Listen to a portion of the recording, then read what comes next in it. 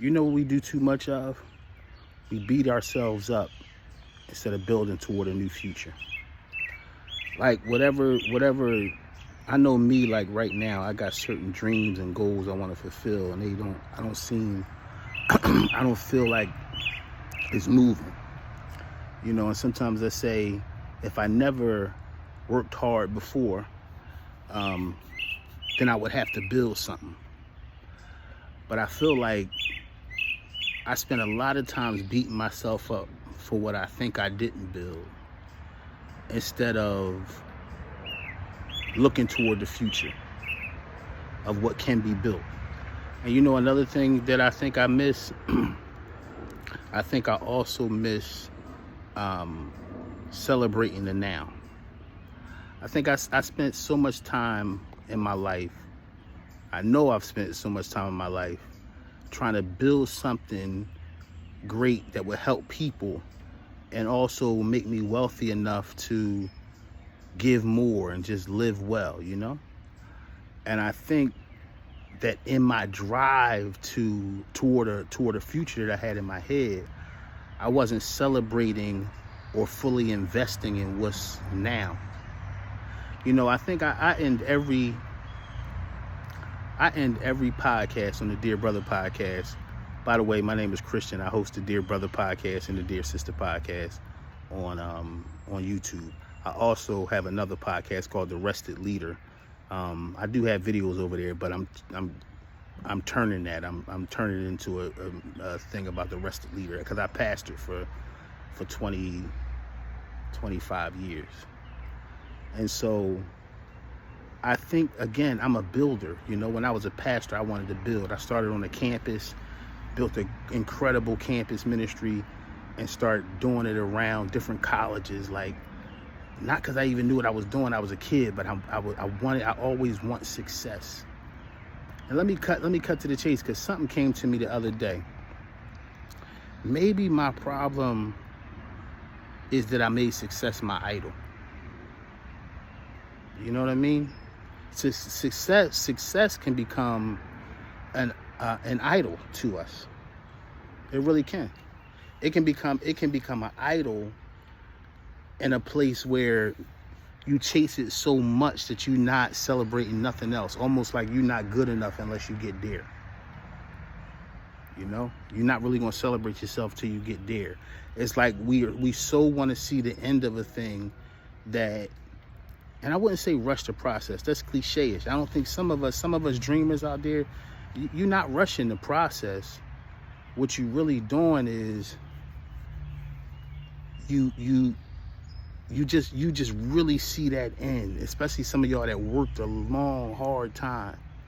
You know what I mean, to get there. And I just man, I'm just sitting out here thinking today.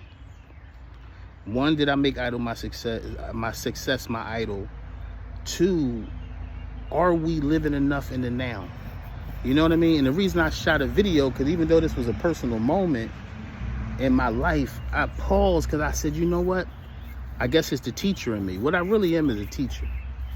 But the teacher in me said, I bet it's a whole lot of other people out there that are so caught up in the end of success. And I think sometimes the end is bigger than we think. But we love, like I asked some of y'all dreamers out there, what's the end look like? Like, you can name it. Like, you know, if somebody gave you enough to you would build it right away. Let's talk about that for a minute. If somebody gave you, you know, your budget times your dream, somebody gave you your dream budget times 2 or 5. Let's say you didn't have any money problems and you wanted to build your dream, right? You know what we'd all do? We would build it at the end. We would build what we think is supposed to be, like that end. Beautifully done. If it's something that you're building to help people, even if you're building something as a capitalist, it's like we all have a picture of that. And are we in love with that picture? More than we're in love with what got us there. because it's what you become ultimately. You see all this fall in Hollywood. All this fall in Hollywood, what you're experiencing is a bunch of people that had the resources before their life was put together. The first book I ever wrote was called Straightening the Crown. I was a 14-year-old preacher. And so I was called to this. Nobody put me in it. My parents didn't put me in it. Like I didn't come from a line of pastors or nothing like that. And the first book I wrote was Straightening the Crown. And I wrote Straightening the Crown because I didn't know what I was doing in leadership. I was thrust into it and didn't know how to do it and was expected to do it, to know how. And I think my life was in such a rush to do well. My life was in such a rush. I was in such a rush to do well that I don't think I can't say enjoyed the ride, or maybe I enjoyed what the ride brought. Major ministry and going around the world, but I never experienced me in it. Maybe that's one thing we lose in the journey for success. Do we lose ourselves in the journey? Because an idol is strong, y'all. An idol is strong. An idol have you at its feet. You know, a lot of y'all out there that believe in God, a lot of us, you know what it is? There's times, I believe, in some Christians' lives where you really worship where you want to be and you really just want God to take you there. You know what I mean? And what it happens is now the idol has become the primary thing, even over God. And you want God to just be your vehicle. You don't want him to build you to do well once you get there. Because the worst thing that can happen for a visionary or a leader is to get all the way to the top and not be prepared. And again, that's what you see in Hollywood. You saw a whole lot of good people with great talent and nobody prepared who they were for what they were about to get. Nobody prepared who they were for what they were about to receive. And I think that's what that's what that spirit does. That's what that spirit is all about. It's about making sure you have, that's the curse of it. That's the curse of it, is to make sure that you have everything you need before you're ready. Because there's no getting around that you're going to trash that thing. You're going to absolutely trash it because you wasn't ready. And I think that's the whole thing. That's the curse. That's the curse of success. That's the curse of the idol of success. Is that it makes you chase something and never get to know yourself. And I think this is the problem. This is the problem with success.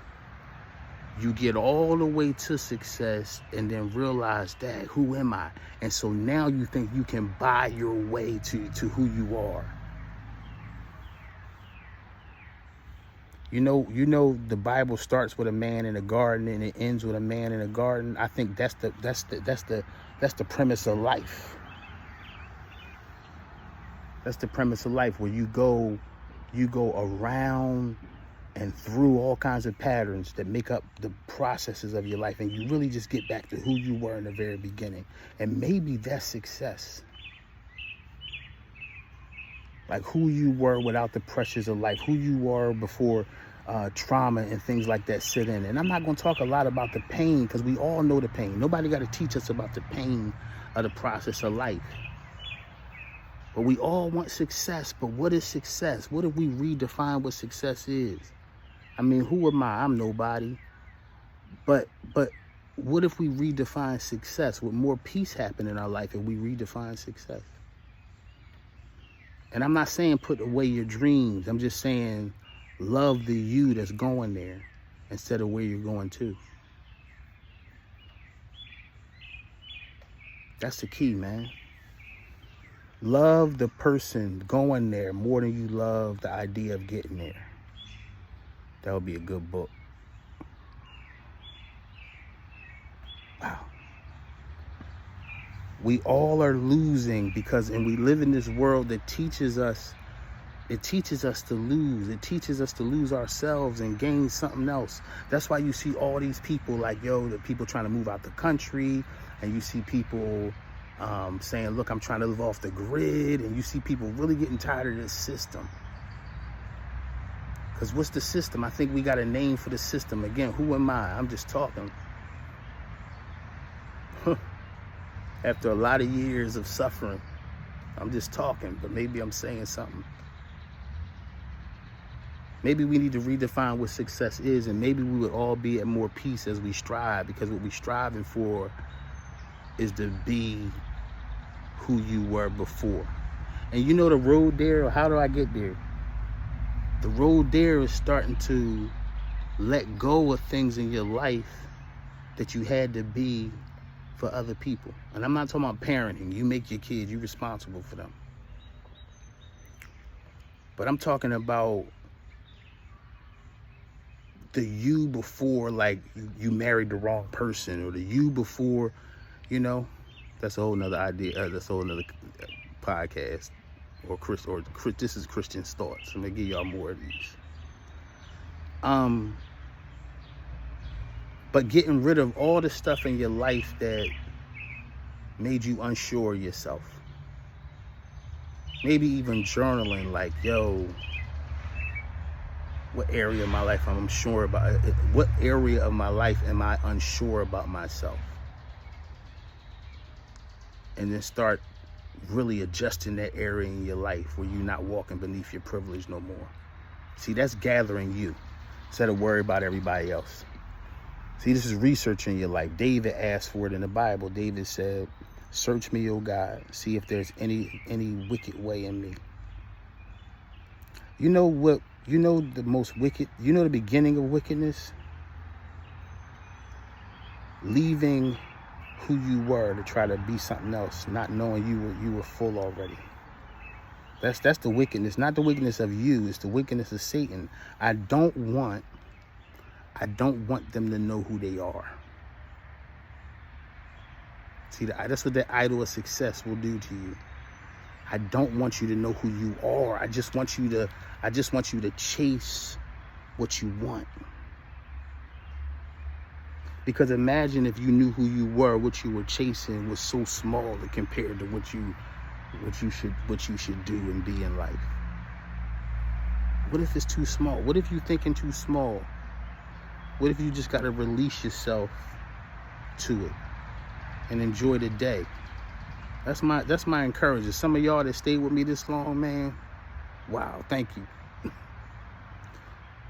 What if the goal is just to enjoy the day? Enjoy the day. Stop chasing. Success is enjoying the day. Yesterday was history, and tomorrow's a mystery. All we got is right now. All I got is this moment right here. I'm thinking so heavy on this thing because, you know, I realized, man, you know, I just been depressed for like the last 2 weeks. And it wasn't because I have a bad life.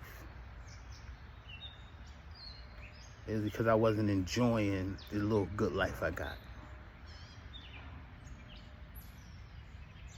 I don't know what I'm going to name this video. You know, you got to name it for algorithm, man. But really, screw the algorithm, man. I want to talk to some hearts out there. My name is Christian, man. I just want to introduce myself to y'all.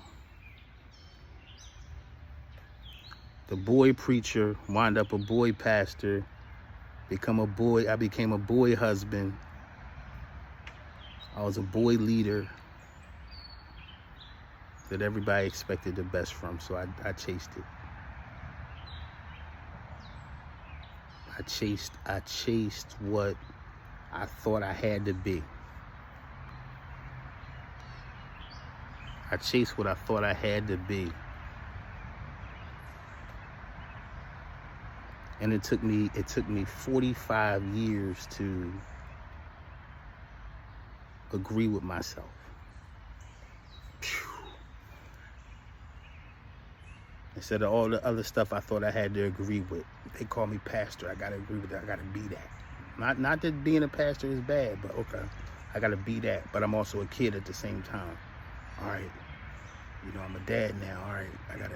And we put all this stuff on our backs, man. And you don't even know you unprepared.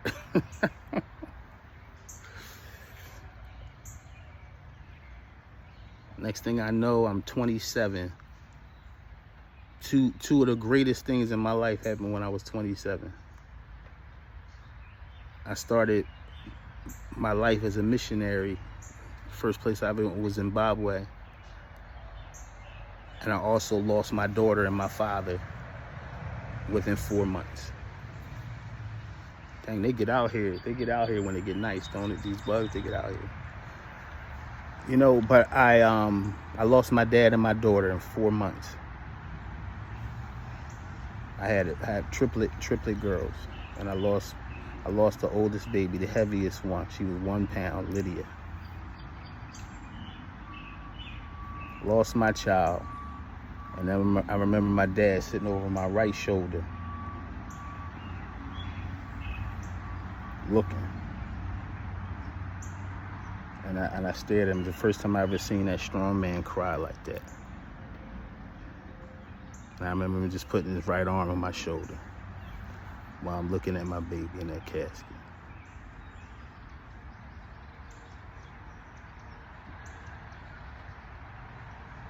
While my wife at the time was dying.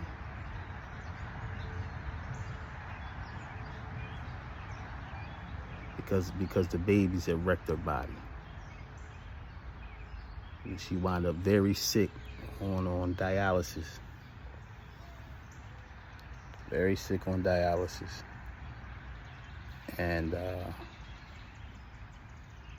had to take care of her. I was a kid. I was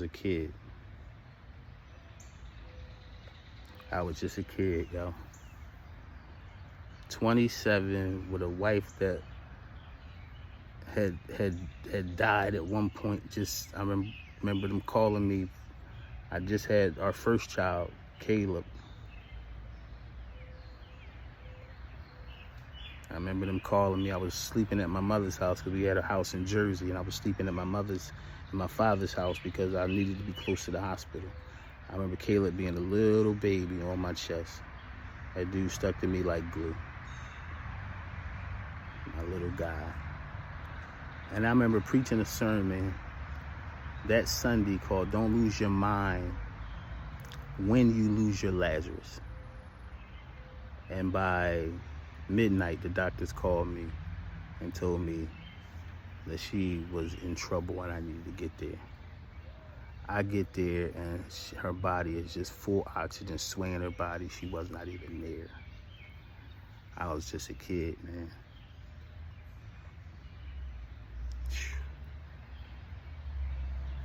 She made it. So I just rewinded the story. I just talked to y'all up to that.